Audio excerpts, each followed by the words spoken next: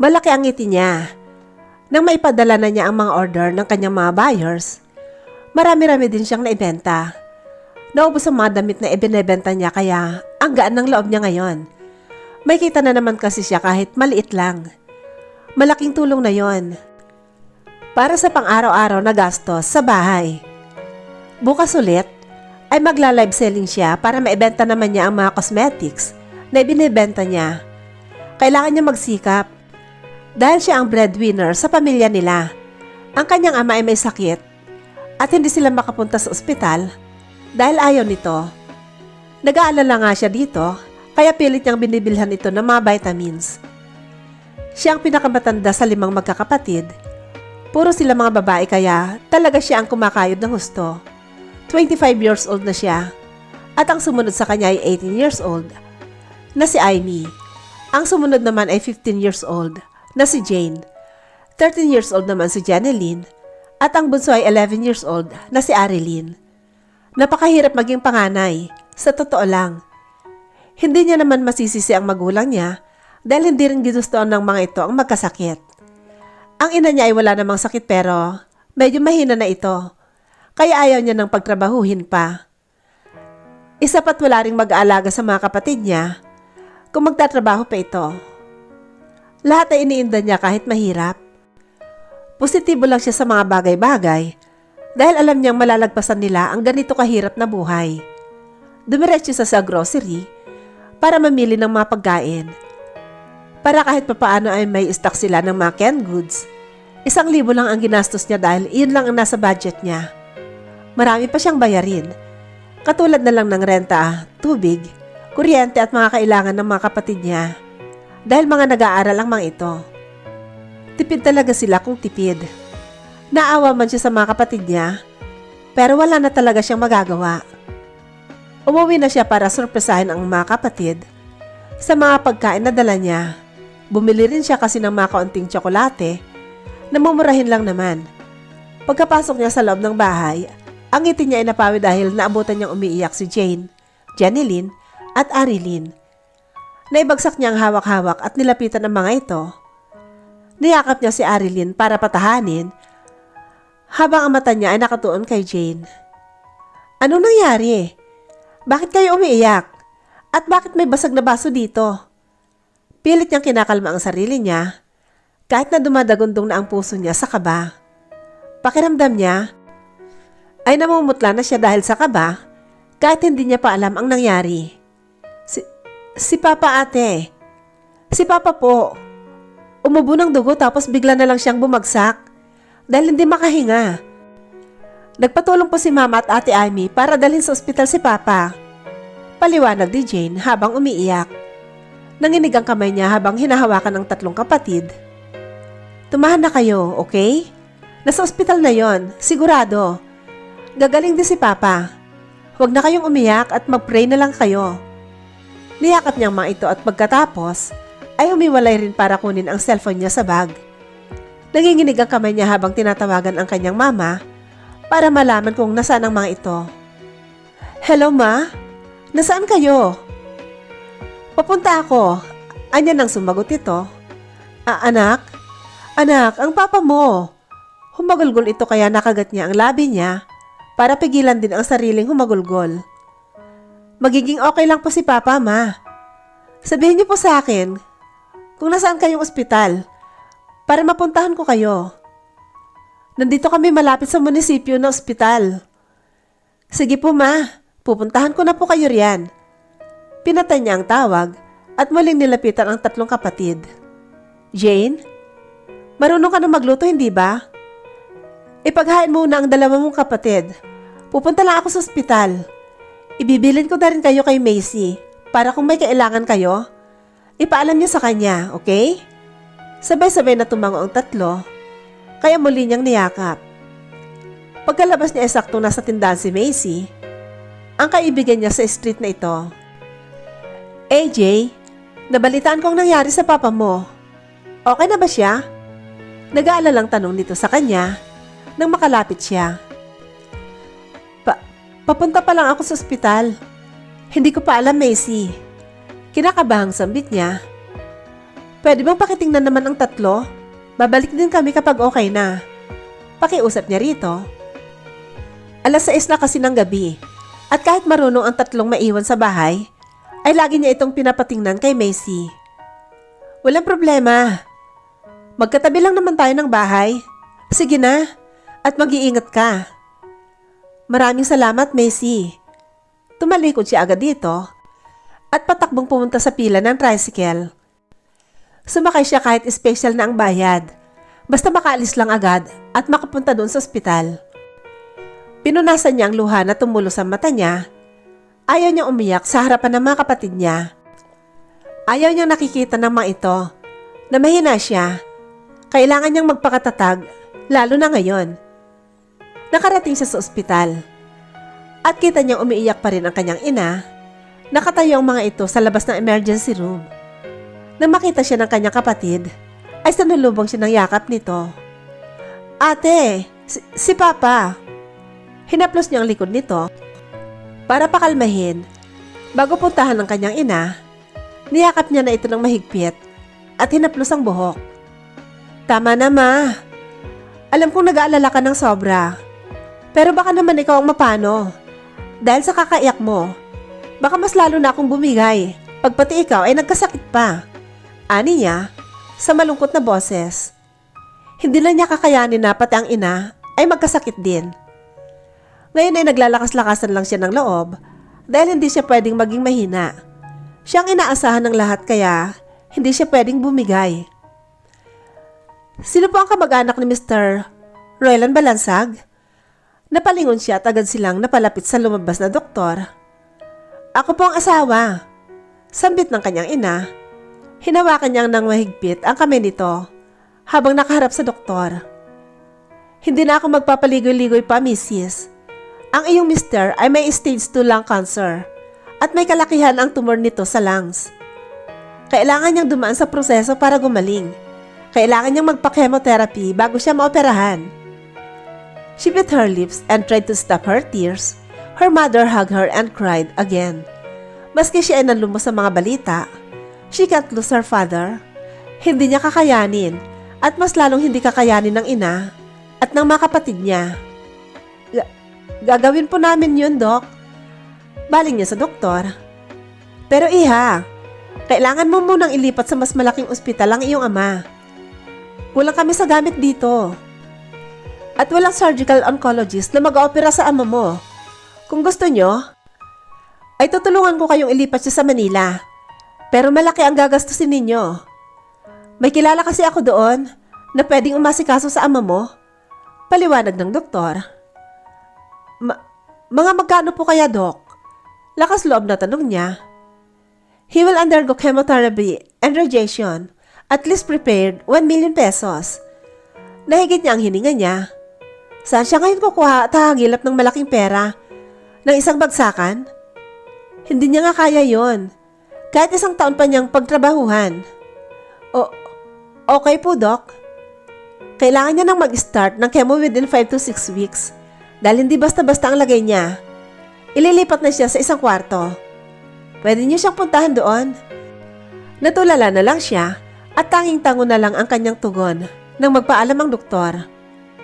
Tila ba nanigas ang buo niyang katawan at parang lutang ang pag-iisip niya. Nablangko siya at hindi alam ang dapat gawin. 1 milyon? Paano niya kikitain yun? Umuwi muna kayo, Ma. Ako nang bahala dito. Utos niya kay Amy. Ma, magpahinga ka at bukas ka na lang pumunta dito. Ako nang magbabantay kay Papa. Hindi, ako ang magbabantay sa kanya. Umuwi ka na dahil alam kong pagod ka. Tututol sana siya. Pero nang magsalitang kapatid niya. Sasamahan ko si Mama, ate. Huwag kang mag-alala. Okay lang kami dito. May trabaho ka pa bukas ng gabi. Wala naman din akong pasok bukas kaya okay lang na nandito ako. Kailangan mong magpahinga. Wala na siyang nagawa, kundi sundin ang mga ito. May duty pa siya sa bar after live selling niya ng hapon bukas. Hanggang sa makauwi ay tulala siya. Hindi na nga siya nakakain ng maayos dahil wala talaga siyang gana. Ipinaliwanag niya sa mga kapatid ang sitwasyon ng kanilang ama Pero sinigurado niya na gagaling ito at nangako siya sa mga ito. Ako ang gagawa ng paraan. Gagaling ang papa ko at kahit ano ay gagawin ko para lang maipagamot siya. Hindi niya alam kung anong oras siya nakatulog dahil sa kakaisip ng problema. Inasikaso niya ang mga kapatid niya bago niya gawin sa kwarto ang pagla-live selling niya. May kaliitan lang ang sarili niyang kwarto at doon siya nagla-live selling. Dati katabi niya ang dalawang kapatid niya pero nagpaubay ang mga ito na matutulog na lang sila sa sala para may sarili siyang pwesto at makapag-live selling ng maayos. Napakaintindihin talaga ng mga kapatid niya at proud na proud siya sa mga ito. Kahit anong hirap, ay pinipilit din nilang maging positibo. Pamilya niya ang motivation niya para kumayod pa ng husto. Kahit papaano, ay may benta ulit siya ngayong hapon kahit na kaunti lang. Binalot niya na agad yung mga benta niya para maipadala bukas sa mga buyers. Pagkatapos niya ay nagpahinga lang siya ng ilang minuto at kumilos na agad para magluto ng pagkain. Pagkalabas niya ng kwarto, ay napangiti siya nang makita si Arilyn na nagsaing na. Si Jane at Janeline naman ay naghahanda na ng gulay. Ate, magluluto lang kami ng gisadong gulay na may kaunting hinimay na isda, ani Jane. Ako na dapat ang magluluto eh. Sambit niya sa mga ito at nilapitan. Sabado naman ngayon ate, wala kaming pasok. At saka tinapos na namin ang assignments namin kanina. Pagmamalaki na sambit ni Janeline. Ang babae talaga ng magaganda kong kapatid. Tuwang-tuwang saan niya. Siyempre ate, kami pa ba? Bulalas ni Arilyn. Sige na ate, magpahinga ka muna o matulog dahil may pasok ka pa mamayang gabi. Tumango siya sa mga ito at hinayaan ng mga ginagawa. Kahit kasi mga bata pa ito, ay natuto na itong magluto. Lalo na si Jane na gustong maging chef paglaki. Magaling itong magluto kaysa sa kanya. Kaya ito talaga ang nagpipresenta na magluto kahit ang mga ingredients lang nila ay limitado. Bumalik siya ng kwarto at humiga sa kama. Nakaligo na rin naman siya kaya sakto lang ang gising niya ng 7 p.m. para kumain at magbihis ng uniform. 8 p.m. kasi ang duty niya sa bar. Mamaya hanggang 1:00 ng madaling araw. Puyat-puyat man pero okay lang. Basta may sasahurin. Mabilis siyang dinalaw ng antok at nagising sa alarm niya. Bumangon na rin siya agad at kumain at saka muling naghilamos at nag-ayos ng mukha. Kahit papaano ay marunong siya ng mag-makeup kaya mukha na siyang desenting tingnan. Saktong 8:00, umalis na siya para kung sakaling traffic man ay hindi siya mamroblema. Hindi na siya nagulat na traffic ngayon. Sabado kasi at maraming taong nasa labas. Pagkarating niya ay marami-rami na agad ang customers nila. Sa likod siya dumaan para diretso tagos sa room kung nasaan ang mga locker at pwesto ng mga waitress. Binati niya ang manager pagkapasok dito, pati na rin ang isang co-work niya. Nagpalit na siya ng damit sa CR. Fitted polo shirt at pencil skirt ang uniform nila. Hindi man komportable pero okay na rin. Wala naman siyang magagawa. Nag-serve agad siya ng mga alak at tinulungan ang kasama niya. Hindi man sobrang laki ng bar na ito pero okay naman ang disenyo at malinis naman lagi. May maliit din na bar counter kung gusto ng mga customers magpatimpla ng mga alak. Nalaki ang mga mata niya nang masagi siya ng isang malaking lalaki. Akala niya ay matutumba na siya nang may humawak sa braso niya. Agad niya yung tiningnan. Isang lalaking formal ang suot at mukhang mayaman. Thank you, ani niya dito at tumayo ng maayos. Tumango lang ito at hindi na nagsalita. Sinundan niya ito ng tingin at pumunta sa bar counter. Binalingan niya naman ng tingin ang suot niya at pasimpleng ibinaba ang skirt na medyo tumaas dahil sa pagkakasagi ng lalaki. Miss, isang bucket pa ng beer. Tawag sa kanya ng isang customer. Kumilos siya at kumuha ng bucket ng beer at pinuntahan ng mga ito. Kinuha niya rin ang bayad at inabot sa kahera nila. Habang wala pang umu-order, ay naglinis siya ng mga table na may mga kalat. Ang iba kasing customer ay umalis na. Mabilis lang naman ang oras at 12:00 na ng umaga. Dumaan siya banda doon sa bar counter at nakita niya pa rin na umiinom ang lalaking tumulong sa kanya kanina. Ngayon pa lang niya nakita ito dahil ito lang ang pumunta rito at naka-formal attire. Her body froze when she felt a hand in her butt. Napaatras siya at napatingin sa lalaking lasing. "Hi, miss. Pwede ba kitang i-table?" Nakangising ani nito habang pasuray-suray na ang kilos. Nagtawanan ang makasama nitong lasing na rin. Sorry po. Pero hindi po. Tanggi niya rito at hinatak ang kamay niya pabalik. "Ito naman, miss. If you don't want to go to jail, is that what you're doing?" Napalingon siya sa lalaking nagsalita sa likod niya. Iyon ang lalaking nakasalo sa kanya kanina. Umatras naman ang lalaking nambasto sa kanya at parang natakot sa lalaking nasa likod niya. Nakahinga siya ng maluwag nang hindi na nanlaban ang lasing. Nilingon niya ang lalaki at nagpasalamat dito. "Maraming salamat talaga." Umupo ito ulit sa kinauupuan. "Is it hard?" Natigilan siya sa tanong nito. "Ha?" "Working here, maraming nambabastos dahil sa mga walang hiyang lalaki. They are sexualizing some of the waitress because of your clothes. Don't get me wrong. Wala naman sa damit nyo yon. Talagang bastos lang ang ibang mga customers pag mga lasing na." Paliwanag nito. Napatango naman siya at lumapit dito. "Mahirap. Lahat naman ng trabaho mahirap." Ani niya tumawa pa. "Pero kailangan kong kayanin kasi kailangan ko ng pera." Dugtong niya pa. "Ako, sinasanay ko na lang ang sarili ko sa mga ganitong bagay. Marami akong problema, lalo na ngayon nasa ospital ang papa ko. Wala akong pampa-opera, magiging choosy pa ba ako sa trabaho ko? High school graduate lang ako, kaya wala akong choice." Pagkukwento niya, mukha naman itong mabait at panigurado. Hindi ito taga rito kaya okay lang na maglabas siya ng problema sa isang estranghero. "I can offer you a better job." Saad nito habang nagbabayad sa cashier. Napasunod siya dito dahil sa sinabi. Anong trabaho, sir?" "Be my client's wife." Natigilan siya at unti-unting sumilay ang ngiti sa labi niya hanggang sa matawa siya ng mahina. "Sir, ikaw, pabiro ka talaga. Anong klaseng trabaho yon?" "Hindi ako nagbibiro. I am finding a woman to be my client's wife for 2 years. For me, you're suitable for that. You're pretty, and I think your personality too." Unti-unting nawala ang ngiti niya sa labi dahil mukhang seryoso talaga ang lalaking kaharap niya. "Are you in or not?" Umiling siya dito dahil hindi nagpuproseso sa utak niya ang offer nito. Naghahanap ito ng babaeng mapapangasawa ng kliyente nito. Parang pakiramdam niya ay ibebenta niya ang sarili niya kapag pumayag siya. "No, sir. Pasensya na po pero hindi ko gusto ang offer mo. Salamat na lang po." Magandang gising niya dahil may mga message sa kanya sa social media at balak nitong apakyawin ang mga cosmetics na tinitinda niya.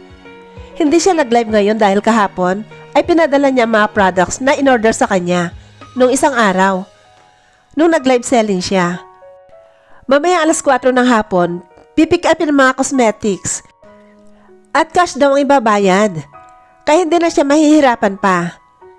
Nilagay niya sa isang malaking box ang mga cosmetics at sinigurado niyang hindi mapipipi ang mga yon. Inayos niya ang pagkakasara ng box at nang matapos ay itinabi niya yon. Nasa 35,000 pesos din ang total nun. At mga nasa 10,000 naman ang tubo niya. Sobrang laking tulong nito para sa kanya. Nagpapasalamat siya sa Diyos na kahit anong paghihirap niya at ng pamilya niya ay hindi siya nito pinababayaan. Pinagluto niya ang mga kapatid niya at dahil malaki-laki ang tubo niya mamaya, ay bumili siya ng isang buong manok at nagluto. Tuwang-tuwa ang mga kapatid niya dahil nag-fried chicken sila ngayon. Si Amy at ang ina niya ay nasa ospital pa rin pero umuwi kanina si Amy para kumuha ng damit nila at inabutan niya ito ng pera para kumain ng mga ito. Magana din siyang kumain at nang matapos siya na rin ang nagligpit dahil hinayaan niyang maglaro ang mga kapatid. Dahil hindi na masyadong nakakapaglaro ang mga ito. Nang mag-alas 4 na ng hapon, ay sakto narinig niya ang pagbusina sa tapat ng bahay nila. Lumabas siya habang bitbit ang malaking box. Malawak ang ngiti niya nang makita ang isang mamahaling sasakyan. Magandang hapon po. Natigilan siya ng tuluyang makita ang lalaking lumabas sa sasakyan. Good afternoon. Ngumiti ito sa kanya at itinaas ang kamay. Ikaw? Yes, I am the buyer. Saan nito? Naibaba niya ang box na bitbit at napakunot dito. Alam ko babae ang kachat ko kahapon. Paninigurado niya sa kaharap niya. It's my secretary. This is my calling card. Para alam mong hindi ako masamang tao. Inabot nito ang calling card galing sa mamahaling coat nito. Inabot niya yon. At ganoon na lang ang gulat niya na makitang lawyer ito sa isang sikat na law firm. Binasa niya ang calling card. Francis Johnson, lawyer. Can we talk? But not here. Mahinang sambit nito at napatingin sa paligid. Pati siya ay napatingin na rin at kita niya ang mga kapitbahay niyang nakikichismis sa kanila.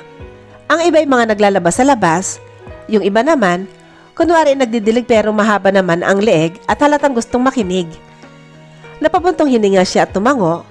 Siguro kailangan niya talaga itong kausapin dahil mukhang hindi siya nito titigilan. Okay. Nagpaalam muna siya saglit sa kapatid niya na kailangan niyang umalis. Sumakay siya sa shotgun seat at kita niya inilagay nito ang box sa likod ng sasakyan. Napaisip tuloy siya kung sinadya lang ba nito na pakyawin ang paninda niya para makausap siya. Umaandar ang sasakyan at sa sobrang tahimik ay siya na ang bumasag sa katahimikan. Huwag mong sabihin na binili mo ang mga paninda ko para lang makausap ako. Pagtatanong niya, tumawa naman ito at tumango. Yes, pero huwag kang mag-alala. Idodonate ko ang mga cosmetics. Sino ba ang kliyente mo? At bakit naghahanap ng mapapangasawa? Di ba magpapakasal ka lang kapag mahal mo ang isang babae o lalaki? Naguguluhang tanong niya. Sometimes, it's not about love. It's all about business. At hindi ko pa pwedeng sabihin kung sino siya. Matanda na yan, no? Nagkibit balikat ito. Sa office tayo mag-uusap at ipaliliwanag ko sa iyo ang lahat. Hindi na siya nagsalita pa hanggang sa makarating sila sa isang building. Maliit na building lang yon at mukhang hindi naman law firm. Hindi ito ang office ko. It's my friend's office. Nanghiram lang ako sa kanya dahil kailangan kitang makausap. Privately. Napatango siya habang nililibot ang mata sa paligid. Parang printing shop nga iyon. Mas malaki nga lang sa ordinaryo. Umakyat sila sa taas at pumasok sila sa isang room. Have a seat. Sambit nito at itinuro ang sofa. Sumunod naman siya at umupo. Do you want a coffee or juice? Tanong nito habang binubuksan ang mini-fridge. Juice na lang, sagot niya. Inabutan siya nito ng bottle juice at agad naman niyang tinanggap at ininom. Bago ang lahat, ito ang bayad ko sa iyo. Inabot nito ang sobre at kita niyang makapal yon. Tinanggap niya yon at hindi na binilang pa. Malakas naman ang pakiramdam niya na hindi siya lolokohin nito. Salamat. Back to business. I want you to do this job. You're suitable for this because you need $1 million, right? I do a background check about you. Kailangan mo ng malaking pera para mapagamot ang tatay mo. You also need him to transfer in a bigger hospital. If you accept this offer, your contract husband will pay all of your father's medication and operation. Wala kang gagastusin. Hanggang sa gumaling ang tatay mo. Plus, you will have 100,000 pesos salary a month. Nanigas ang katawan niya at napakurap pa siya dahil pilit niyang ipinoproseso sa utak ang lahat ng sinabi nito. 100,000 pesos a month? Bukod na ito ang sasagot sa mga hospital bills at kailangan ng ama mo, ay may sahod pa ito na ganoon kalaki. Hindi niya alam kung hulog ba ng langit ang lawyer na ito dahil nakilala siya at natipuhan siya. Pero parang hindi niya pa rin kayang magpakasal lalo na at hindi niya kilala ang pakakasalan niya. Magsasama ba kami ng magiging asawa ko? Kinakabahang tanong niya. No, Hindi mo makikilala ang asawa mo. Basta pirmahan mo na lang yung marriage contract at tumira ka sa bahay niya. Sa bahay niya? May kasama ako doon? O wala? Wala. Ikaw lang naroroon. You can do anything you want. Tapos ganun kalaki ang sahod ko? Gulat na tanong niya. Paano ba naman? Kailangan niya lang pumirma sa marriage contract at tumira lang sa bahay ng contract husband niya?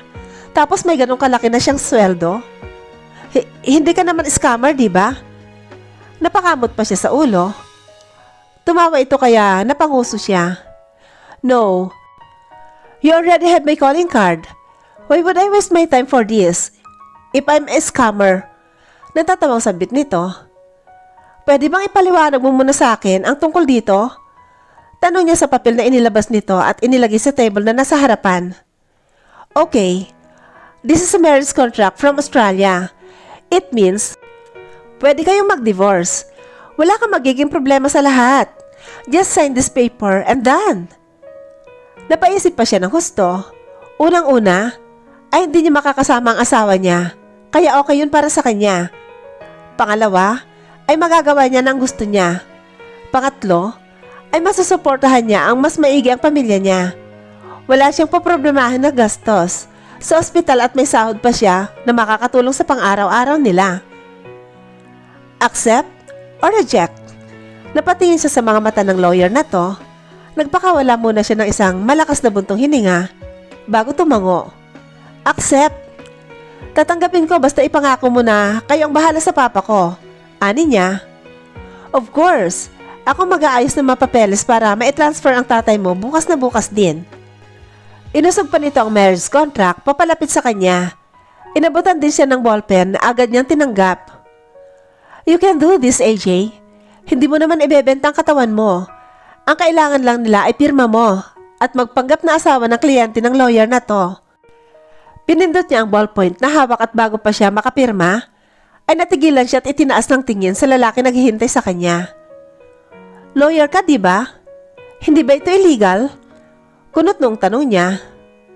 It won't be illegal if you know about this. Hindi naman kita pinilit. Ikaw na mismong pumayag. He shrugged. Sumenyas ito na ituloy na ang pagpirma. Kaya ginawa niya na nga. May mga pinirmahan pa siyang iba bago matapos. Sinundan niya ng tingin nito at may kinausap sa cellphone. Narinig pa niya ang pangalan ng papa niya at kung nasang ospital ito. Kinakabahan man siya sa mangyayari sa buhay niya dahil sa desisyon niya pero gumaan naman kahit paano ang loob niya nang malaman na magagamot na ang kanyang ama. She will really do anything for her family. Kahit siya na ang maghirap at magdusa. Huwag lang ang pamilya niya. Wala naman siyang kasintahan kaya okay lang. Niloko lang naman kasi siya ng first boyfriend niya. Mas inuna ang tawag ng katawan kaysa sa pagmamahal. Sa totoo lang, hindi niya rin alam kung bakit niya yun minahal at sinagot. Madalas kasi siyang saktan nito at may time pa na iniiwasan siya. Tanga talaga siya sa pag-ibig kaya ayaw niya munang mahulog sa lalaki. Siguro, saka na niya isipin ang love life niya pag natapos na ang kontrata niya sa kasal na ito. Halika na, ihatid na kita sa inyo. Baling sa kanya ng lalaki, tumango siya at sinundan ito palabas hanggang sa makababa sila at makasakay ng kotse. This is your new phone. Ani nito? At inabot ang isang cellphone na box pa lang ay alam niyang mahal. iPhone 13 Pro Max lang naman ang inabot nito sa kanya. Bukas na yan. Inilagay ko na rin ang number ko at ang number niya. Ha? Number niya? Tanong niya dahil hindi niya ito naintindihan. Pinandar muna nito ang sasakyan bago nagsalita. Your husband's number. Sabi nito habang nagmamaniobra. Bakit? Akala ko ba hindi ko siya makikita or makikilala? Kinakabahang tanong niya. In case of emergency, ngumiti ito sa kanya, pero mabilis ding ibinalik ang tingin sa gitna ng daan. Hindi na siya nagtanong pa at binuksan ang box para kunin ang cellphone. Share blue ang kulay nito at talagang napakaganda. Bago sila dumiretso ng bahay, ay dumaan muna sila sa isang fast food chain at umorder si Francis ng kung ano-anong mga pagkain. Para saan ba yan? Ang dami mo namang kumain. Biro niya dito. It's for you and your siblings. Have a good dinner with them. You will leave the day after tomorrow. Natigilan naman siya at napabuga ng hangin. Hindi na siya nagsalita pa dahil kailangan niya namang talagang lumipat sa Manila. Laguna lang naman sila at may kalapitan lang pero hindi niya pa rin maiwasang hindi malungkot. Mamimiss niya ang mga kapatid niya at ang magulang niya. Salamat. Sambit niya nang makarating na sila sa tapat ng bahay. Huwag ka nang bumaba. Ako nang magbibitbit ng mga ito. Pigil niya ng balak pa nitong bumaba. Ayaw na rin naman niya itong pababain dahil nakakahiya ng masyado. Muli siyang nagpaalam at sinundan ng tingin ang kotse hanggang sa makaalis ito sa paningin niya. Psst! Ang daming pagkain ah. Pakain naman. Sitsis sa kanya ni Macy habang nakadungo sa may bintana. Punta ka lang sa bahay. Masyadong marami ito para sa amin. Anya, nang makalapit. 4 na paper bag kasi ang hawak niya at totoong marami talaga. Sige, pupunta na ako. Tawagin ko lang si Noy para may makapalit ako dito. Tumango lang siya bilang pagsang-ayon. Nauna na siyang pumasok sa bahay at napangiti siya na makitang umuwi na ulit ang mama niya at si Amy. Ate, ang dami mong dalang pagkain ah. Ang babango. Nanalo ka ba sa loto? Natutuwang sambit ni Arilyn at tinulungan agad siya sa mga bitbit. Hindi loto pero may bago na akong trabaho at mas malaki ang sweldo. Pag-anunsyo niya sa mga ito, ito oh, bigay ito ng magiging boss ko. Half truth, half lie. Totoo namang bigay ang mga pagkain. Talaga? Saan ang trabaho mo ate? Tsaka anong klaseng trabaho? Tanong ni Amy sa kanya habang hinahain ang pagkain. Office assistant ako, kaso kailangan kong tumira sa Manila dahil doon ako magtatrabaho. Libre naman ang tutuluyan ko kaya pumayag na ako. Pagsisinungaling niya pa. Baka naman masyado mong sinasagad ang sarili mo. Alam kong marami ka ng trabaho para lang masustentuhan kami. Malungkot na ani ng kanyang ina, kaya nilipitan niya ito at hinawakan ng kamay. Ma, kaya ko po at huwag kayong mag-alala. Masaya po ako sa ginagawa ko. Kaya kahit mahirap, okay lang. At isa pa, hindi naman nakakapagod. Niyakap niya ito ng mahigpit at nang bumitaw ay ngumiti sa kanya ng malawak sa kanyang ina at mga kapatid. May tutulong na sa atin para mapagaling si Papa. Sponsor sila at saktong kilala ng boss ko, kaya nasabihan agad. Sinabi sa akin na sila na ang bahala sa gastusin hanggang sa gumaling si Papa. Sigaw niya na kinatuwa ng kapatid niya. Nakita niya namang naluha si Amy at ang kanyang ina. Niyakap niya ang mga ito at sumunod naman ang 3. Mahigpit niyang niyakap ang mga ito dahil paniguradong mamimiss niyang pamilya niya. Pwede naman niya itong bisitahin, pero iba pa rin na araw-araw niyang kasama ang mga ito sa iisang bahay. Hay nako, tama nang iyakan dahil tsibugan na. Pumalakpak pa siya at sabay silang nagtawanan. Magandang gabi po, makikitsibog din ako. Salpot ni Macy. Pinapasok niya ito sa bahay, sabay silang kumain ng hapunan. Tuluyan na talagang gumana ang bigat na nararamdaman niya. She will just think that the offer is a gift from God. Nilibot niya ang paningin niya pagkababa niya ng sasakyan. Isang malaking bahay lang naman ang bumungad sa kanya. Napakaayos ng disenyo at napaka-modern ng style. Parang yung nag-isip ng ganitong disenyo ay napaka-professional. Nakapark kasi ang sasakyan ni Francis sa loob kaya kitang-kita niya ang bahay. Ako lang ang titira dito? Hindi pa rin makapaniwalang tanong niya. Yes. Do you want to hire a maid? I can tell him. Hindi ko yun kailangan. Kaya ko namang maglinis at kumilos. Para naman may trabaho akong gagawin. Tanggin niya rito. Sa laki ng sahod niya ay dapat lang na siya na ang maglinis ng malaking bahay. Mas madali pa nga ito kaysa sa mag-serve ng mga serve sa customer sa gabi at yung mga lasing at babastusin lang siya.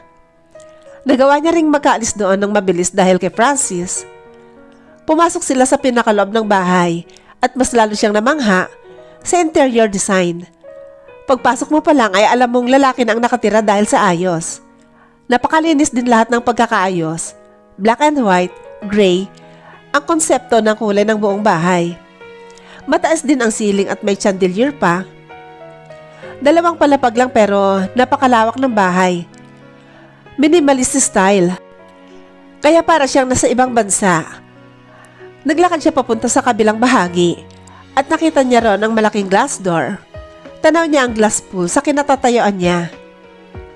You can do whatever you want here. Basta wag ka lang pumunta sa kwarto na nakalak. Sunod-sunod ang pagtango niya kay Francis. Kumilos na rin siya para ayusin ang mga gamit niya. Iginaya siya ni Francis sa taas at kanang bahagi ng kwarto. You can sleep here. Ani nito nang makapasok sila.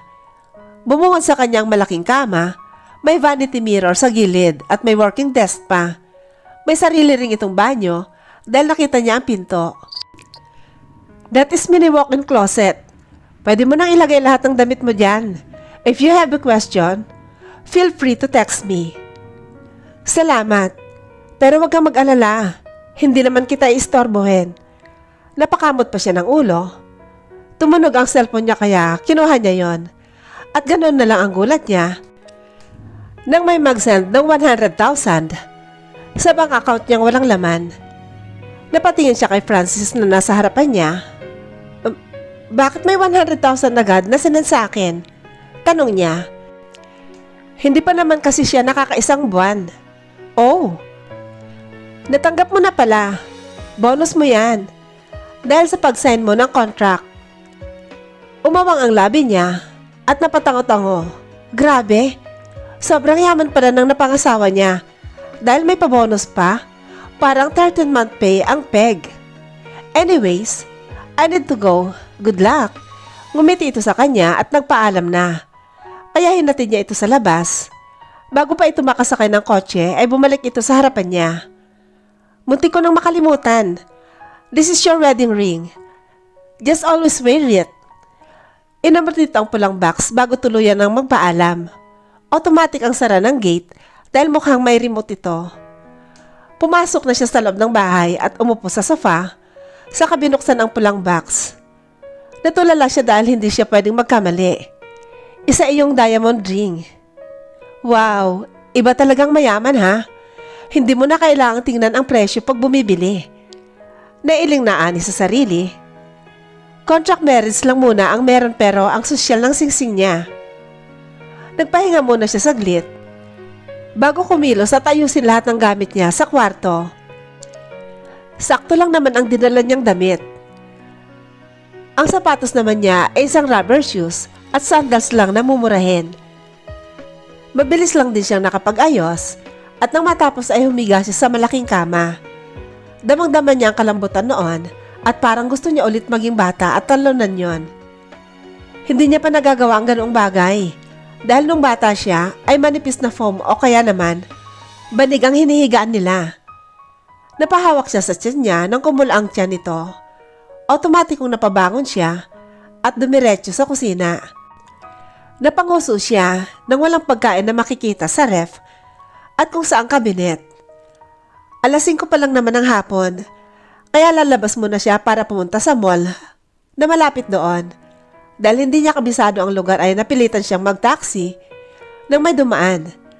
May 1,000 naman siya sa wallet niya kaya okay lang. At isa pa, may pera na siya sa inaamag niyang bank account. Bibili na rin siguro siya ng mga kailangan niya na gamit at stock ng pagkain.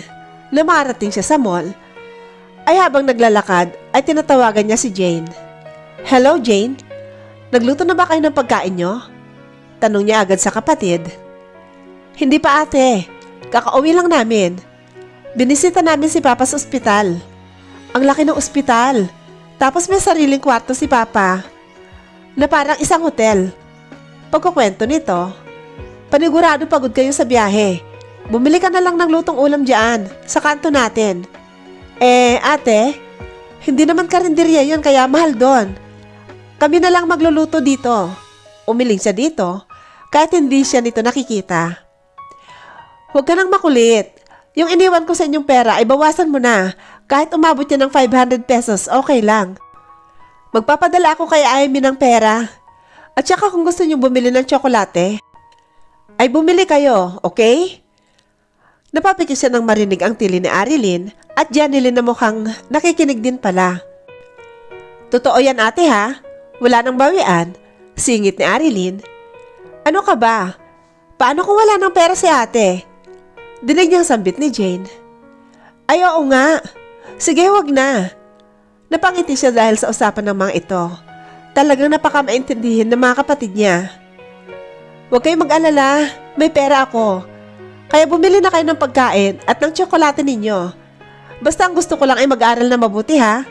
Bibilhan ko kayo ng tigi-isang cellphone pag graduate kayo ng may honor. Sambit niya.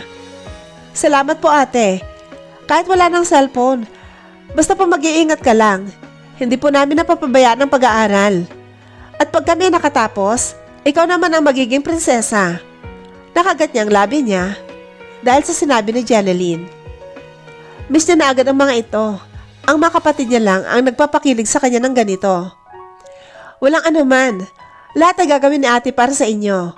Sige na at mag-ingat sa paglabas ng bahay. Pasama kayo kay Amy ha? Si mama pala. Opo ate. Si mama ay nasa labas kausap ang kaibigan niya. O sige. Ingat. Pinatinan niya ang tawag at pinasok na ang cellphone sa maliit niyang bag. Napagdesisyon niya niyang kumain sa isang Korean restaurant. Minsan lang naman siyang magganito. At parang reward na rin niya sa kanyang sarili. Pagkapasok niya ay may nakabangga sa kanya, kaya natagilan siya. Isang lalaki nakasombrero ng itim. Dahil matangkad ito ay napatingala pa siya habang hawak-hawak ang braso niyang natamaan. Okay lang po, naputol niya ang sasabihin. Nang nilagpasan na siya nito, na parang walang nangyari. Napakunot siya ng noo at sinundan ng tingin. Mabango pa naman sana pero napakasuplado naman. Siya na nga ang nakabangga. Ako pang lalagpasan, hindi man lang nagsorry. Tuluyan na siyang pumasok sa restaurant at sa wakas ay nakakain na rin siya. Pinicturean niya ang mga pagkain niya para may memory siya sa bago niyang phone. Buong araw ay masaya siya. Pagkatapos niyang kumain ay naggrocery siya ng mga pagkain at mga gamit na kakailanganin niya. Umuwi rin siya kaagad dahil gabi na. Nagtaksi ulit siya dahil wala siyang choice. Bukas na lang niya kakabisaduhin ang lugar. Kung paano mag-commute. Zeon, points of view. Nakahinga ng maluwag sa Zeon na makitang maayos na ang marriage contract niya. Wala na siyang paproblemahin kundi ang mag-focus sa kanyang trabaho. What's up? Napaangat ang tingin niya kay Francis nang makapasok ito. You will have a meeting with Attorney Diaz tomorrow morning. May papasa na sa pangalan mo ang lahat ng iniwan ng lolo mo. That's good. Be sure that Lloyd will not know about this. Sambit niya. Of course. Your stepbrother will do anything to make your reputation go down. At isa pa, your wife is kind of interesting. Francis chuckled and gave him an amused look. How interesting. Well, I don't care. I just care to my grandfather will and the company. Hindi nga niya tinitingnan kung sino ang naging asawa niya sa kontrata. May tiwala naman siya dito sa kaibigan niya. Kaya ito ang pinakilos niya para hanapan siya ng babaeng papayag sa ganitong sitwasyon. He already built his name and his reputation. May sarili siyang pera dahil sa sariling galing. Hindi siya umaasa sa mga iniwan ng kanyang lolo. Pero ayaw naman niyang pabayaan yon at mapunta lang sa kamay ni Lloyd, ang stepbrother niya. Simula nang makilala niya ito ay puro problema na lang ang dinala sa pamamahay nila. Kaya naging maayos lang ang lahat ng umalis na ito sa mansion. You'll see if you meet her. Umiling siya rito at tumayo. Tinanggal niya ang coat na suot at kinuha ang bag niya para umuwi na sa penthouse niya. Hindi siya makakauwi sa sariling bahay dahil doon niya pinatira ang babae. Dahil pag nagpaimbestiga ang attorney ng kanyang lolo at hindi nakita sa sariling bahay niya ay baka magkaroon pa ng problema. Not interested, he answered. Lumabas na sila ng office at sumunod naman ito sa kanya. Let's drink. Stop being workaholic, man. Kaya wala kang love life eh. Pang-aasar nito, nang makarating sila sa parking lot, ay pinatunog niya ang kanyang sasakyan para bumukas. Work is my love life, ani niya at pumasok na sa kotse. Next time, I have to work more in my penthouse. Dugtong pa nito at itinaas ang kamay para magpaalam sa kaibigan. Soon, you'll find someone that can make you change. Tatawanan na lang talaga kita kapag nalaman kong nagpa-cancel ka ng mga meetings dahil lang sa isang babae. Sigaw nito at kumaway na rin sa kanya. He maneuvered the car and pressed the horn in the car. Bumusi na rin si Francis sa kanya para magpaalam. Uuwi man siya pero magtatrabaho pa rin siya kahit nasa bahay. He loves to work, and what Francis had told him earlier, it's impossible. He can cancel his meeting because of woman. Very impossible.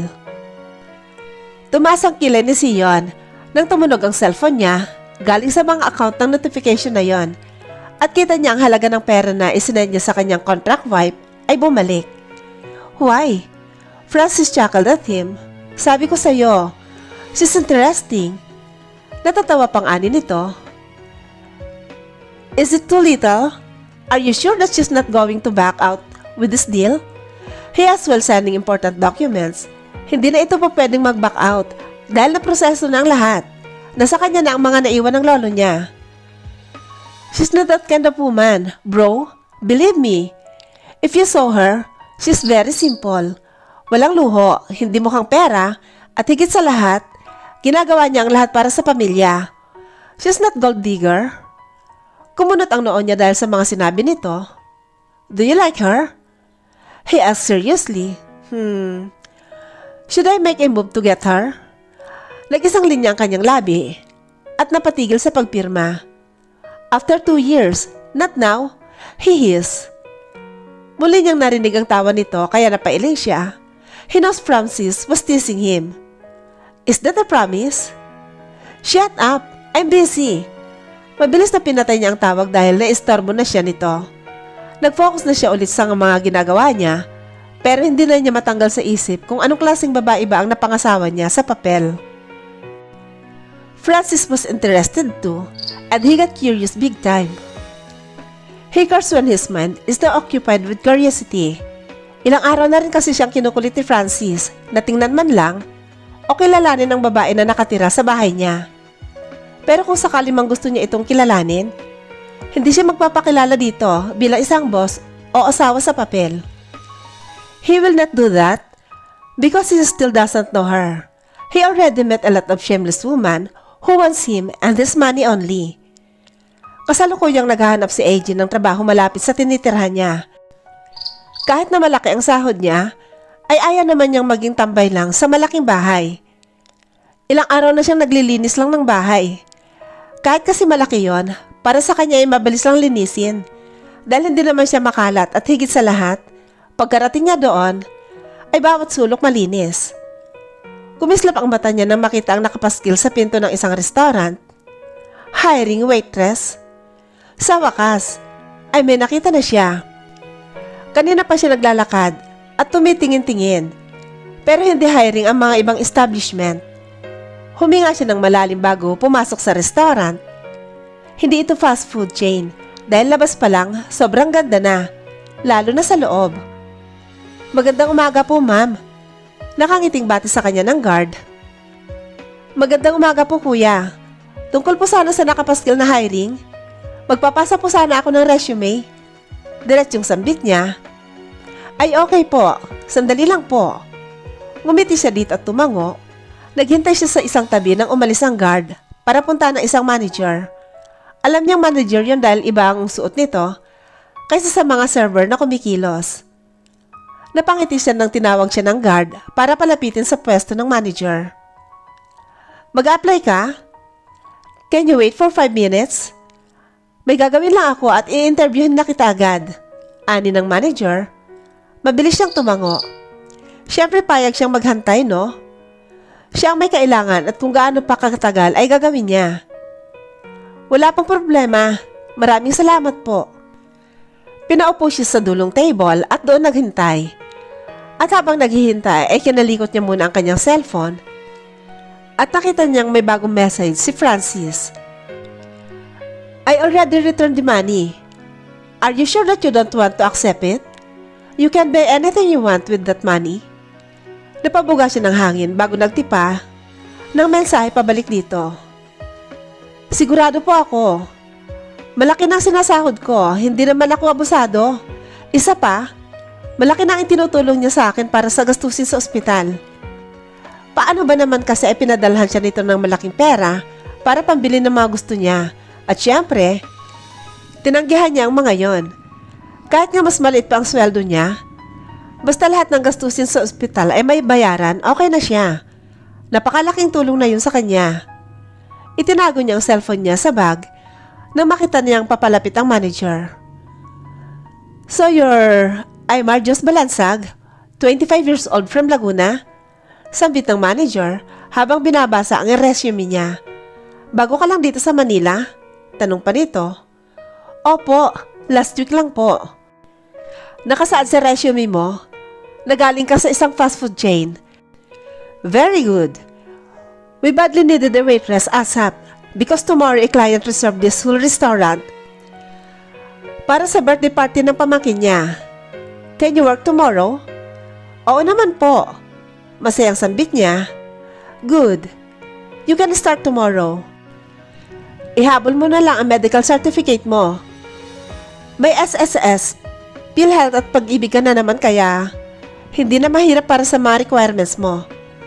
Ang medical certificate na lang talaga ang kulang.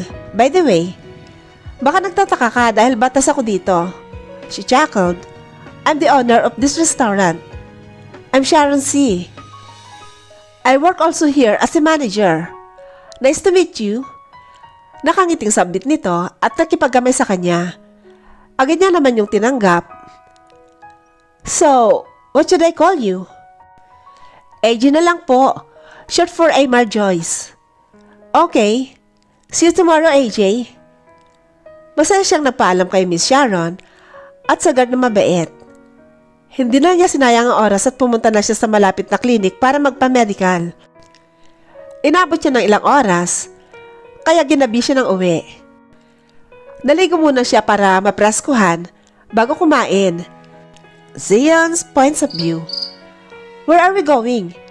Tanong niya kay Francis dahil nang ulit itong uminom naman daw sila. Bro, as I said, you need to see your wife at least. He smirked. Napailing na lang si Sion dahil sa kaibigan. Gustong-gusto talaga nito na makilala niya ang asawa sa kontrata.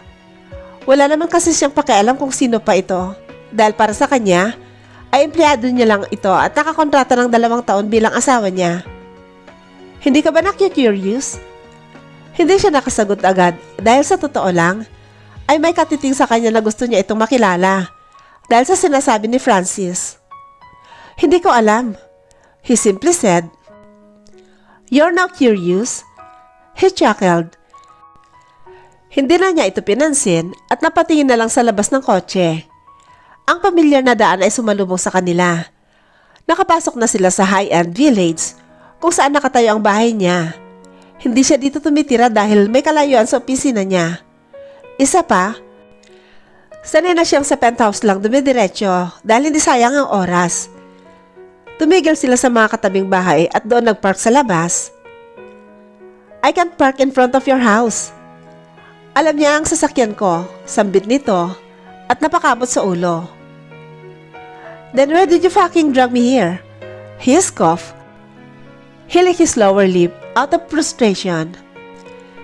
Just go and check her. Kibit balikat na ani nito na parang napakasimple lang. Paano? Don't tell me you want me to knock and talk to her. Hindi makapaniwalang sambit niya dito. Nairito na siya dahil sa pinapagawa nito. Mukhang masasayang lang ang oras niya dahil sa kaibigan. Ang ayaw niya pa naman sa lahat ay ang nagsasayang ng oras niya sa walang kwentang bagay. Kung sana, ay ginamit na lang ang oras na ito para gawin ang ilang mga trabaho. Yes, if you don't want to introduce yourself as her contract husband, then You can introduce yourself as a guard in this village. He joked. Tinignan niya ito ng masama. Hindi siya natutuwa sa mga sinasabi nito. Go! Kausapin mo lang talaga saglit at okay na ako. Hindi na kita kukulitin tungkol sa asawa mo. Alam mo na, mas okay pa rin kahit papaano. Nakilala mo siya. He added. He said before he opens the car door. Lumabas siya ng kotse at naglakad patungo sa bahay niya. Mabibigat ang bawat paghakbang niya dahil kahit na curious siya sa babae, ay hindi pa rin yun sapat para gustuhin niyang kausapin ito. I don't have time for this. Damn you, Francis. Sabi nito sa isip. Nakabusangot ang mukha niya habang binubuksan ang gate ng bahay niya. Dire-diretso lang ang pagpasok niya hanggang sa tumigil siya sa tapat ng pintuan. Kumatok siya doon ng ilang beses. Nagsalubong lalo ang kilay niya dahil hindi pa rin binubuksan ang pinto. Muli niyang itinaas ang kamay niya para sana kumatok. Pero bigla naman yung bumukas. Natigilan siya at napatitig sa kabuuan nito. Ano pong kailangan niyo? Paano po kayo nakapasok sa gate? Nautal na sambit nito. Hindi siya nakasagot bigla dahil natulala pa rin siya sa itsura nito. She's wearing a simple sleeveless top and a cotton short. Her hair is on messy band and her hands is kind of wet. Is she doing laundry at this hour? Kuya? Natatakot na sambit nito habang unti-unti sinasarado ang pinto. Mabilis niyang hinarang ang kamay niya doon at huminga ng malalim. Nakalimutan niyang dapat sa labas siya ng gate kumatok, hindi sa mismong pintuan. Sino ba naman ang taong dediretso sa loob ng hindi naman pagmamayari ang bahay? He will not introduce himself as her husband. Never. I'm the bodyguard of your husband. He said in a lower voice. Napamura siya ng marami. Bodyguard? Oh yeah. Great Sion. Bodyguard? Ng asawa ko? Hindi makapaniwalang tanong nito. Paano ko malalaman na bodyguard ka talaga ng asawa ko? May ID ka ba? Ramdam niya na hindi pa rin naniniwala ito sa kanya. Napatingin siya sa mukha nito ng kagat-kagatin nito ang labi dahil sa kaba. Muli siyang napamura sa isipan dahil natulala pa siya sa mapulang labi nito. What the fuck are you doing right now, Sion? Stop staring, sabi nito sa sarili. You can call the lawyer of your husband so you can trust me. Okay, anito. At mabilis siyang tinalikuran at natanaw niyang kinuha nito ang cellphone na ibinigay niya. Maya-maya may kinausap na ito. May nagpakilalang bodyguard ng asawa ko. Totoo ba to? Hindi lang kasi ako makapaniwala na pumunta siya ng ganitong oras. Oo, sabi niya bodyguard siya. Okay, dito siya titira, ha? Sige.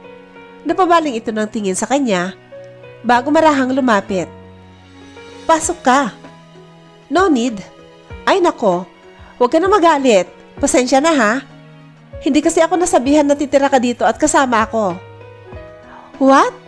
He exclaimed. Ha? Nasabi na sa akin ni Francis. Natitira ka na raw dito para maging driver at bodyguard ko.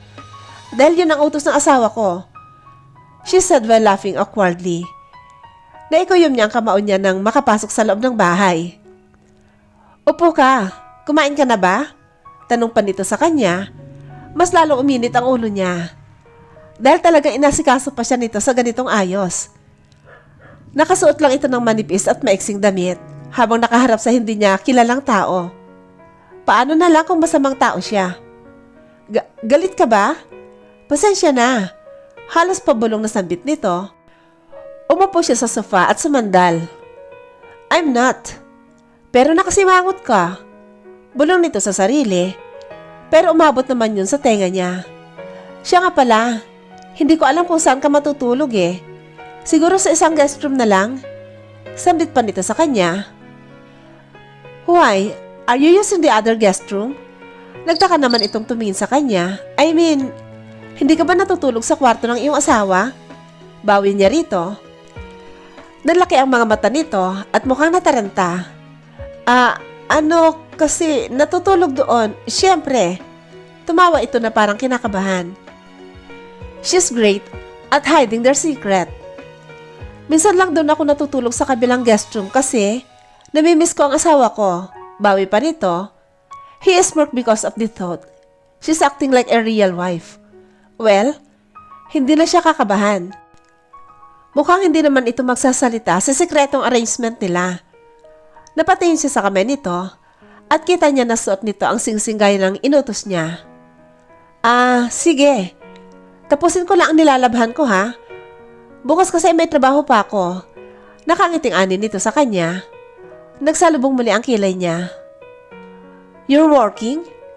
Hindi ka ba pinadadalhan ng asawa mo para sa mga kailangan mo? He can't help but to ask because he got more curious. Lahat ng ekstrang pera ibinabalik nito sa kanya.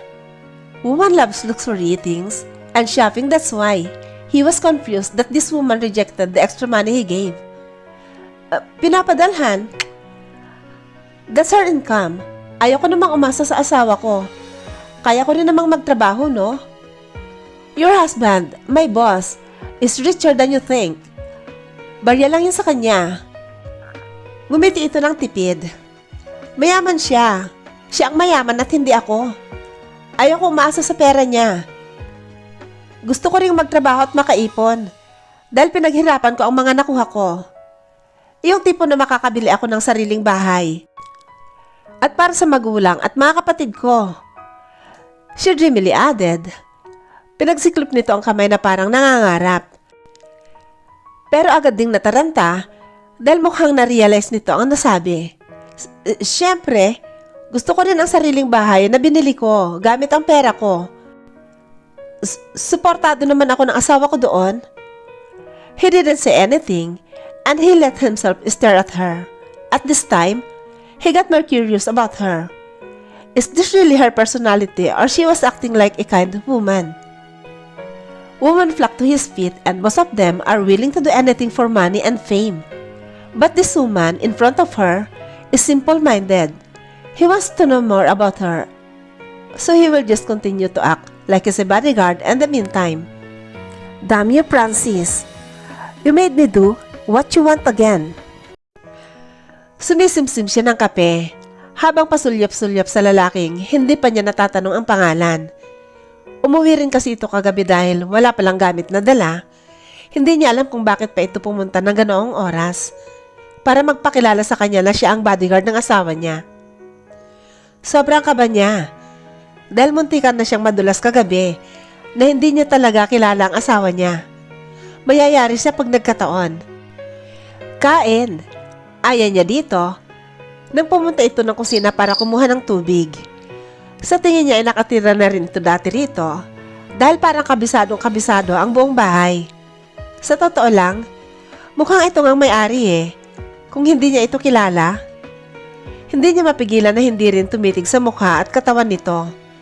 Dahil may ipagmamalaki, mukha itong mayaman. Dahil sumisigaw sa kaperpektuhan ang mukha at ang katawan naman, ay nagmamalaki dahil sa muscles nito. Hindi bulky ang muscles nito, sakto lang na para bang isang modelo. Tapos ka na mag-ayos? Tanong niya rito, dahil umupo na rin ito sa lamesa para kumain. Yes. Tipid na tugon niya. Inglesero ka talaga? Tanong niya, hindi niya mapigilang punain ang pagsasalita nito. Mayaman ka, no? Dagdag na tanong pa niya. English language can used by any people. No status is needed. Tumawa siya dahil sa kaseryosohan nito. Alam ko naman, ito naman, hindi na mabiro. Inubos niya ang kinakain niya at ang kape na iniinom. Aalis pala ako ng 12 noon. 1 PM kasi ang duty ko ngayong araw. Kahit hindi mo na ako ihatid at bantayan. Dahil malapit lang naman yon. Pwedeng lakarin. Nakangiting sambit niya rito habang nililigpit ang pinagkainan. No worries, it's my job, sagot nito. Hindi na siya nagreklamo pa at tumango na lang. Tinapos niyang hugasin dahil kailangan niya ng maligo at mag-ayos pa. Maliligo lang ako. Paalam niya dito pero nakita niya ang iritadong mukha nito. Just do whatever you want. You don't need to tell me what you're going to do. Nanlaki ang mga mata niya dahil mukhang iritado talaga ito sa kanya. Sinabi ko lang naman. Gusto niya lang kasing sabihin dahil baka magtaka ito kung bakit siya biglang aakyat. That's the problem. You still don't know me and you easily trust me. Ani nito at ibinaba ang kutsara at tinidor. Saka siya tiningnan. Sinabi ko lang naman na maliligo ako. That's the problem. You're like inviting me to have shower with you. Nag-init ang kanyang pisngi dahil sa sinabi nito. Sobrang bilis ng tibok ng puso niya dahil sa pagkataranta. Hindi ganon ang ipinaparating ko, she exclaimed. Pakiramdam niya ay kulay kamatis na ang mukha niya dahil sa kahihiyan. Hindi na ito umimik kaya mabilis niya itong tinalikuran at umakyat papunta sa kwarto niya. Para siyang hinihingal pagdating niya sa loob ng kwarto. Naiiling pa siya dahil sa mga naiisip. Gusto niya maging kaklose ito dahil makakasama niya ito ng matagal sa iisang bubong. Dumiretso na siya sa banyo para maligo. Habang nasa ilalim ng shower, ay hindi niya mapigilan na ma-imagine na kasama ito sa loob ng CR. Napasuklay siya sa basang buhok at ipinikit niya ang mata niya. Umagang-umagay ginugulo siya agad nito. Ano ba itong iniisip ko? Impit na tili niya. Winaksin niyang nasa isipan at pinagpatuloy na lang ang pagligo. Nang matapos siya, nagbihis siya ng itim na pants at t-shirt. May iabot naman sa kanyang pantaas na uniform. Ang kailangan lang ay naka-close shoes siya at black pants. Pagkatapos niyang magpatuyo ng buhok, ay bumaba na siya para maghanda ng tanghalian para makakain man lang bago sila umalis. Pagkababa niya, ay hindi niya nakita ang binata. Kaya dumiretso na lang siya sa kusina para magluto ng adobo. May mga ricado pa naman, kaya yun na lang ang lulutuin niya. Habang naghihintay siya na lumambot ang baboy, at kumuha muna siya ng juice sa ref para inumin, umalis siya sa kusina para pumunta sa sala at manood saglit.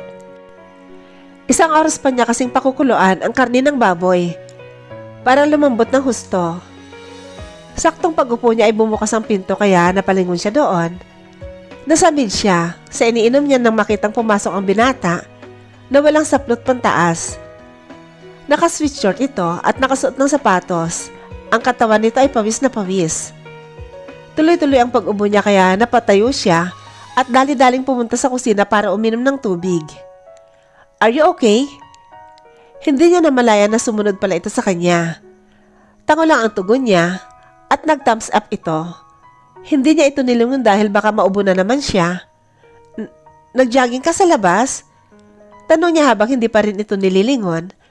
Ramdam na ramdam niya pa rin ang mainit na presensya nito. Yes, tipid na tugon niya.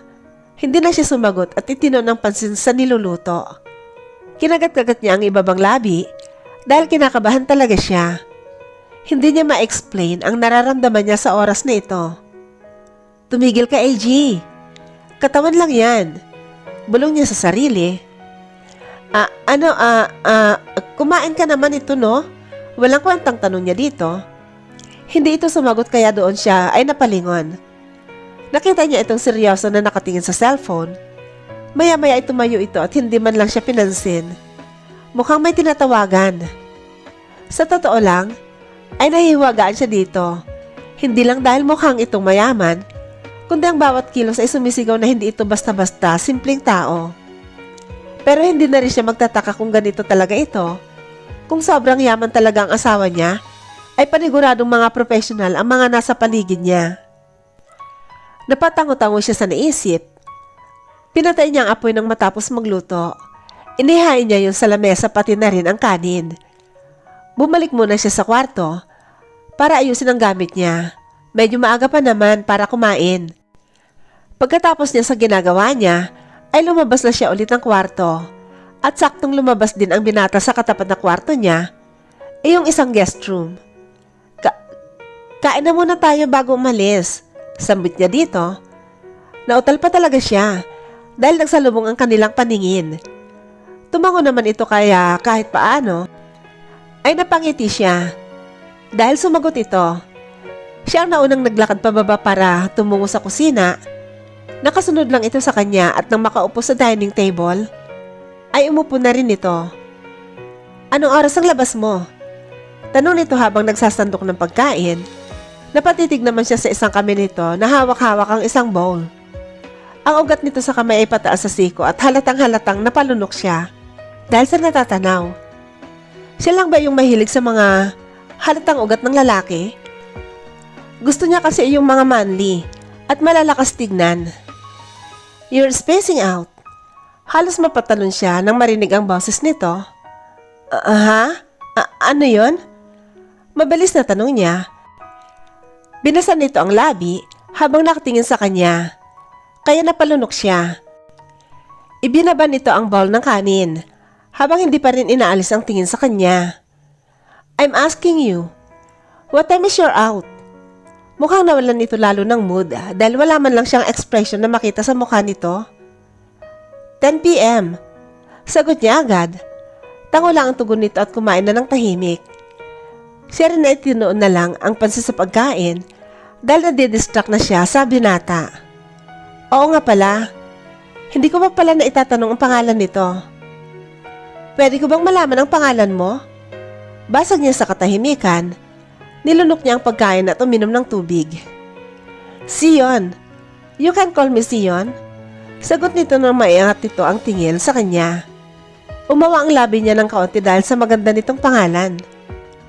Ang ganda naman ng pangalan mo. Ngiting sambit niya. Ako kahit AJ na lang itawag mo sa akin. Short for Aymar Joyce. Dugtong niya pa. Okay.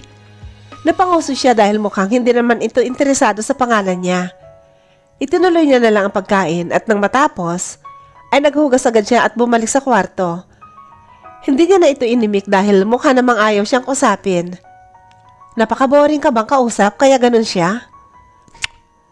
Nag-ayos siya ng sarili at naglagay ng kaunting make-up para maging presentable siya tingnan. Ngumiti-ngiti pa siya sa salamin bago tuluyang lumabas ng kwarto para bumaba. Pagkalabas niya ng bahay ay nakaandar ng makina ng kotse sa garahe. Are you good now? Wala ka nang nakalimutan? Tanong nito sa kanya. Umiling siya at ngumiti dito. Okay na. Pwede na tayong umalis. Pumasok sila sa kotse.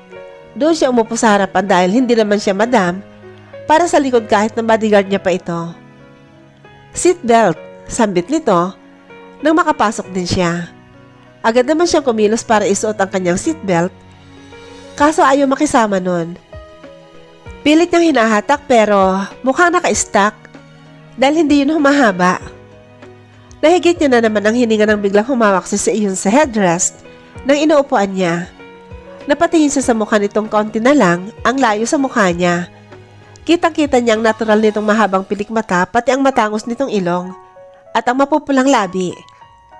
Sobrang lakas ng tibok ng puso niya na parang hindi na siya makahinga ng maayos.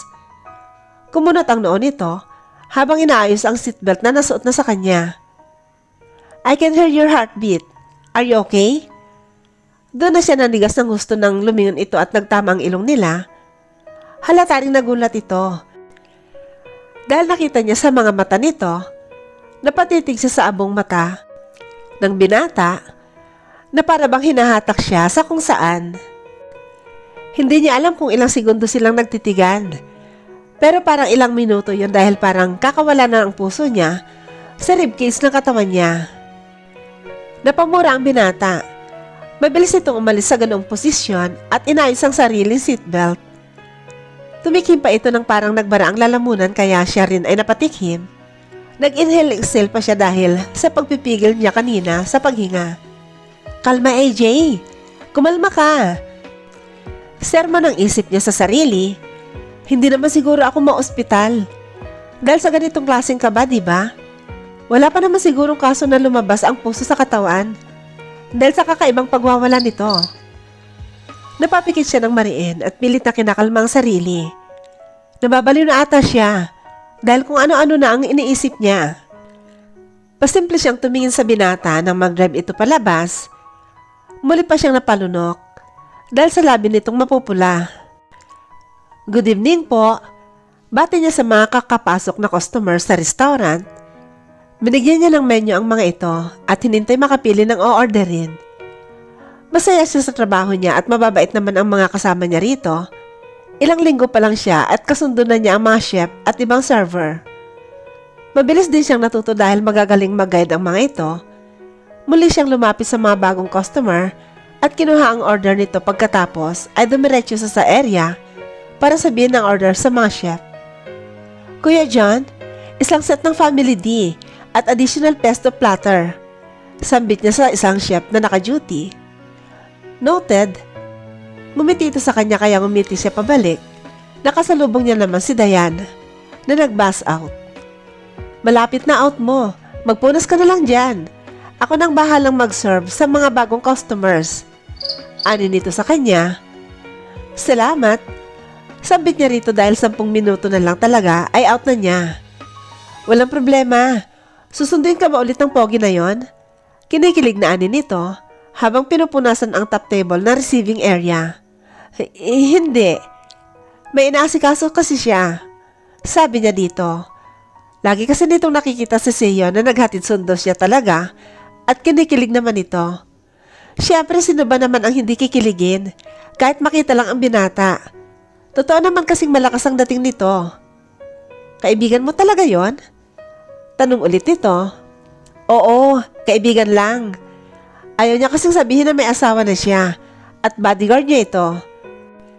Baka magtanong pa ang mga ito kung sino ang asawa niya at biglang wala siyang may sagot. Dahil maski siya, ay hindi niya kilala ang asawa niya. Hindi na siya nakipagdaldalan dito at kumilos na agad. Nagpunas lang siya ng mga lamesa at inayos niya lang ang mga upuan sa bakante bago siya makapag-out. Hindi siya masusunod ni Sion dahil may importante daw itong trabaho at utos yun ng asawa niya. 2 araw itong wala at hindi niya alam kung bakit matagal. Hindi ko naman siya hinihintay. Nagtataka lang talaga ako kung bakit 2 araw talaga. Oo, yun ang dahilan ko.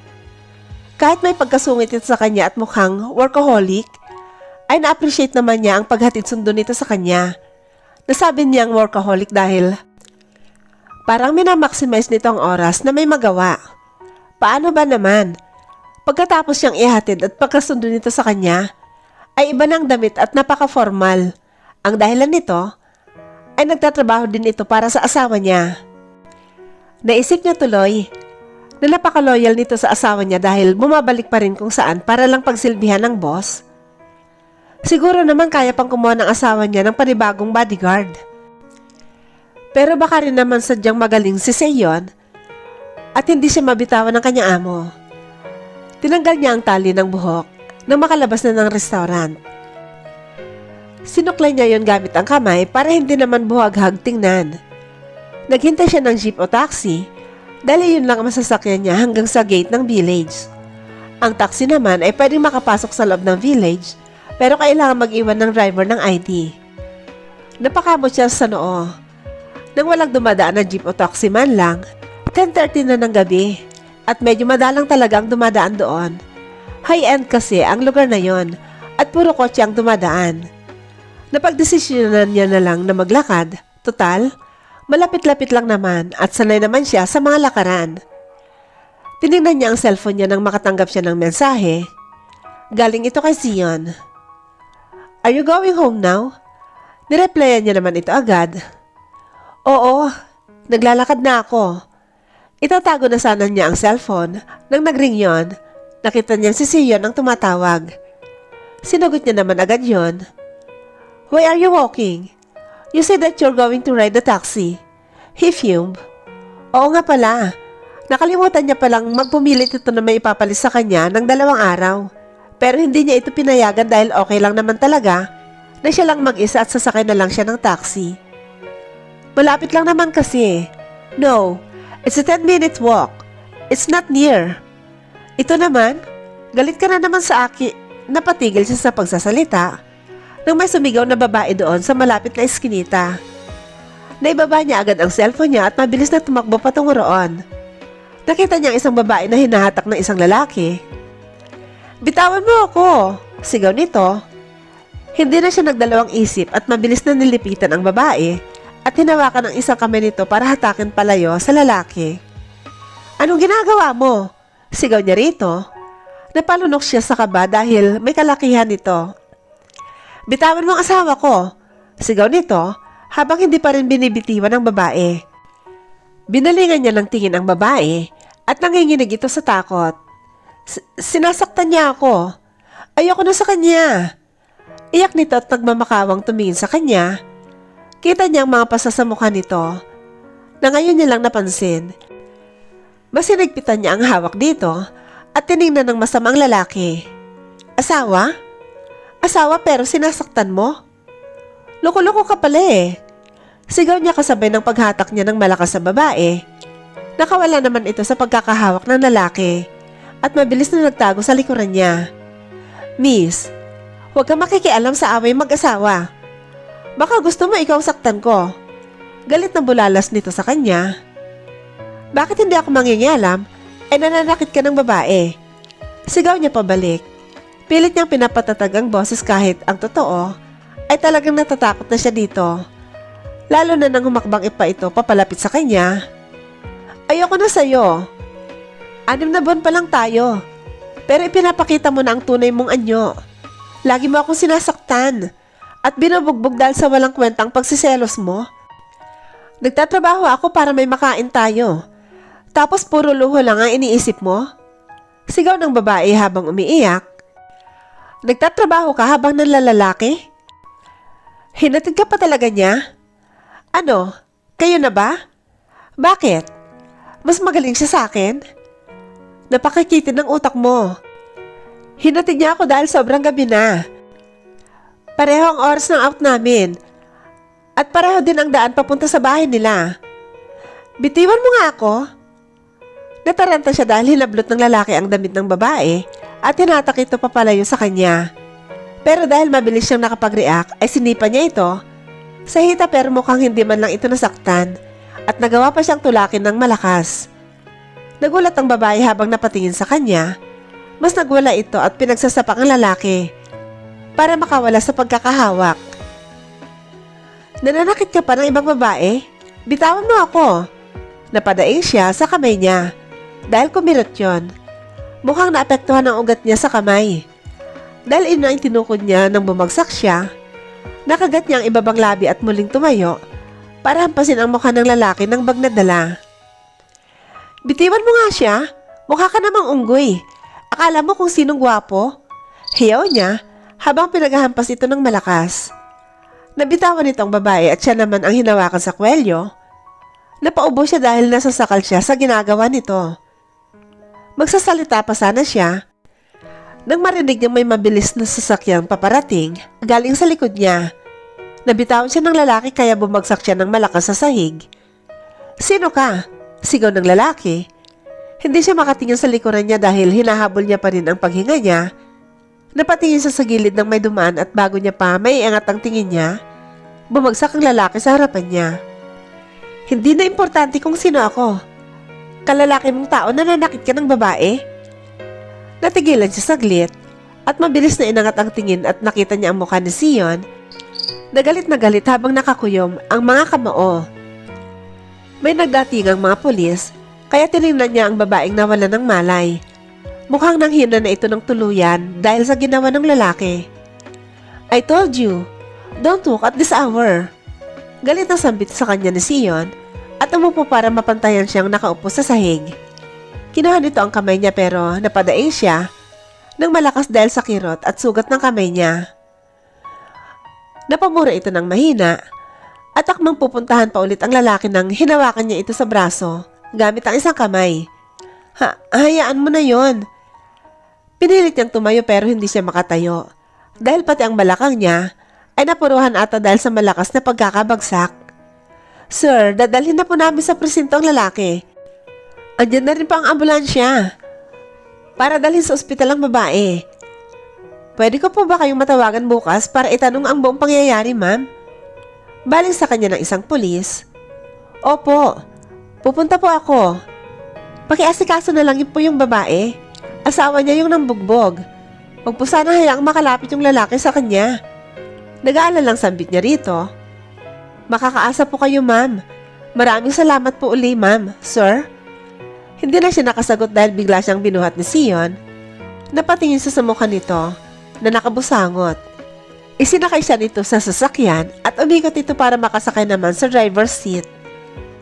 Doon niya lang napansin na mas formal ang suot nito. Akalain mo na para itong boss na galing sa isang business meeting at hindi bodyguard. Hindi ka kasi nakikinig. Masyadong delikadong maglakad ng gabi at wala ka pang kasama. Pagalit na sambit nito habang pinapaandar ang sasakyan. Okay lang naman kasi talaga ako. Okay? You're not okay. Look at you. You can't even walk properly. Napasuklay siya sa buhok niya. Parang siyang pinapagalitan ng tatay niya. Basta, wag mo na lang sasabihin ito sa asawa ko. Sabi niya dito. Ayaw niyang mamroblema pa ito dahil sa nangyari sa kanya. Baka isipin pa nun ay mahilig siyang pumasok sa gulo. Hindi lang naman kasi niya kayang lagpasan ang nangyayari. Lalo na ang mga pang-aabuso ng mga ganon. Why? Ayaw mong malaman niyang makulit ka? Galit ang bulalas nito. Hindi sa ganon. Alam mo naman na matanda na yon. Baka mamroblema pa at lalong magkasakit. Sambit niya habang tinitingnan ang mga gasgas sa kamay. Munti ka naman siyang masubsob sa harapan. Kung wala siyang suot na seatbelt, ay tumama na ang mukha niya sa harap. What? Hoy, bakit ka biglang huminto? Kinakabahang sitan niya dito. Ang lakas tuloy ng tibok ng puso niya. You think your husband is a rich old man? Kunot no itong bumaling ng tingin sa kanya. Mas lalo tuloy siyang kinabahan dahil baka nagkamali siya. At baka hindi naman ito sobrang tanda. Paano na lang kung mabuking siya nito na hindi pa talaga sila nagkikita ng asawa niya? Ano? Matanda na siya siyempre. Pero hindi naman sobrang tanda, di ba? Tumawa siya ng pagak at iniwas ang tingin sa binata. Pinikit niya ang mata niya para makaiwas dito. Baka magtanong pa ng kung ano-ano at mas lalo siyang mabisto. Ang daldal mo talaga, AJ. Sikreto nga, di ba? Sikreto! Nakatambay lang siya sa bahay ngayon dahil hindi pumayag si Sion na pumasok siya sa trabaho. Wala tuloy siyang magawa kundi umabsent ng isang linggo. Ipinaliwanag niya ang nangyari sa kanya ng gabing yon. At dahil nagkaroon ng sprain ang kanyang mga kamay, hindi rin naman siya makakapag-serve ng maayos. Kaya pumayag si Miss Sharon. Nakatanaw lang siya sa bintana na nagwa-workout ngayon sa may garden. Lagi nang busog ang mga mata niya dahil sa katawan nitong nakalantad. Mahilig itong mag-exercise dahil walang araw na hindi ata ito nakikita na hindi nag-exercise. Bumaba ang tingin niya sa kamay nitong nakahawak sa jumping rope na ginagamit. Alam niyang sobrang lakas nun dahil napapatumba nito ang lalaki nung isang araw. Sigurado siya na kaya siya nitong buhatin at ibagsak sa kama. Teka, sa kama? Cristel, pigilan mo ang anak mo. Malakas niyang tinapik ang pisngi para magising sa katotohanan. Hindi niya alam kung bakit tuluyan na siyang na-attract sa binata. Parang ang landi niya na dahil may iba siyang lalaki na iniisip habang may asawa siya. Kahit hindi niya naman kasi kilala at mahal ang asawa niya sa papel, ay hindi pa rin may ikakaila na kasal siya. Kaya kailangan niyang pigilin ang magkagusto sa ibang lalaki. 2 taon na nga lang siya nakakontrata sa asawa niya, ay magloloko pa siya. Hindi niya pwedeng lokohin ito dahil malaki ang tinulong nito sa kanya. Unti-unti nang umaayos ang kalagayan ng ama niya at matutustusan niya na rin ang mga pangangailangan ng pamilya niya. Isa pa, ayaw na niyang ma-inlove dahil ayaw na niya ulit masaktan. Naranasan na kasi niyang masaktan dahil sa ex niya na katawan lang naman pala ang habol sa kanya. At dahil ayaw niyang ibigay yon hanggat hindi sila nagpapakasal, ay nagloko naman ito at naghanap ng ibang babae para sa ganoong bagay. Napabuntong hininga siya kasabay nun. Nagtamang paningin nila ng binata. Nataranta naman siya at iniwas agad ang tingin dito. Umupo siya ng maayos sa sofa at itinoon na lang ang tingin sa TV na kanina pa nakabukas, habang iba naman ang pinanonood niya. Narinig niyang pagbukas ng pinto pero hindi na siya lumingon pa. Iisa lang naman ang labas-pasok sa bahay na ito. Si Sion. How's your sprain? Masakit pa rin ba? Tanong nito sa kanya. Hindi naman na masyado. Simpleng sagot niya habang hindi pa rin inaalis ang tingin sa TV. Gusto niya sanang lingunin ito para makakita ng mas maganda at malapit na view sa pandesal nito. Pero wag na lang. Baka hindi niya mapigilan ang sarili at himasin yon. Hay naku, Self! Lumalabas na naman ang pagiging mahart mo. I'm going to the supermarket. Do you want to come with me? Napalingon siya dito at napanguso ng naka-t-shirt na ito. Oo, sasama ako. Sagot niya. Boring naman dito sa bahay. Lalo na't ayaw siyang pakilusin ng binata. Dahil sa lagay niya, ay hindi naman siya lumpo. May sprain lang ang isang kamay niya at masakit lang ang balakang niya. I'll just take a bath first. Wait here. Tango lang ang tugon niya dahil mabilis din naman siyang tinalikuran nito. Tumayo siya at dumiretso na rin sa kwarto niya para magbihis ng maayos. Nakapajama pa kasi siya pero tapos na siyang maligo kanina. Nagpalit siya ng short na may kaigsian pero nagsuot naman siya ng malawang at malaking t-shirt. Isinuot din niyang nabiling sandals na itim at napatingin sa malaking salamin. Maayos na siyang tingnan kahit simple lang ang suot niya. Noong unang sweldo niya kasi sa restaurant ay bumili siya ng mga damit at sapatos. Yung kailangan niya lang matagal na magagamit. May pera naman na siya, ang kaso lang, ayaw niya pa rin gumastos ng malaki dahil mas makakabuti kung iipunin niya ang sinasahod niya bilang contract wife. Naghintay lang siya ng halos kalahating oras at maya-maya ay may kumatok na sa pinto niya. Halika na! Ani nito sa labas ng kwarto niya. Binuksan niya yun at isinukbit ang bag. Nakangiti siya habang nakatingin dito. Simple lang ang suot nito. Plain black t-shirt, gray sweatshirt, and black sandal slippers. Maglalakad na sana siya nang harangan siya nito. Pero dahil nabigla siya sa pagharang ng kamay nito, ay hindi siya agad nakahinto. Tuwama ang dibdib niya sa maugat na kamay nito. Literal na natigilan siya at natulala. Ramdam na ramdam niya yon sa dibdib niya. Damn it! Bulong nito na narinig niya. Ano? Bakit? Ano yon? Gusto niya kurutin ang sarili dahil utal-utal siyang magsalita na parang baliw. Napalunok siya at napatingin sa sahig nang ibinaba nito ang kamay at umatras ng bahagya. Wear some pants, he commanded. Itinaas niya ang tingin at kita niyang sobrang seryoso na mukha nito. Naka-shorts ako, ani niya, at itinaas pa ang t-shirt pero agad siya nitong hinawakan sa kamay para maibaba yon. Nag-react siya ng maramdaman na parang nakuryente siya dahil sa paghawak nito. Binawi niya yon at napaatras ng kaunti. Binasa niya ang labi dahil parang nanuyuy yun sa hindi malamang dahilan. Naka-shorts naman ako. Okay na ito. Sambit niya pa at tinalikuran na siya. Mahigpit ang hawak niya sa sling bag niya dahil pilit niyang iniisip kung anong nangyayari sa kanya. Napapikit siya dahil hindi maalis sa utak niya ang pagtama ng dibdib niya sa kamay nito. Hindi niya makalimutan kung paano ito nauntog doon at kung paano yun napisil. Sobrang init ng pisngi niya at hindi siya makapagsalita, lalo na nang makasakay na sila ng sasakyan. Seatbelt! Sambit nito na ikinataranta niya. Sinuot niya yun bago pa man ito ang magsuot sa kanya. Sa daan lang siya nakatingin habang nasa biyahe sila. Hindi siya nagsasalita at ganoon din naman ito. Siguro ay talagang ang awkward na nangyari kanina. Nagpark sila sa parking lot ng mall.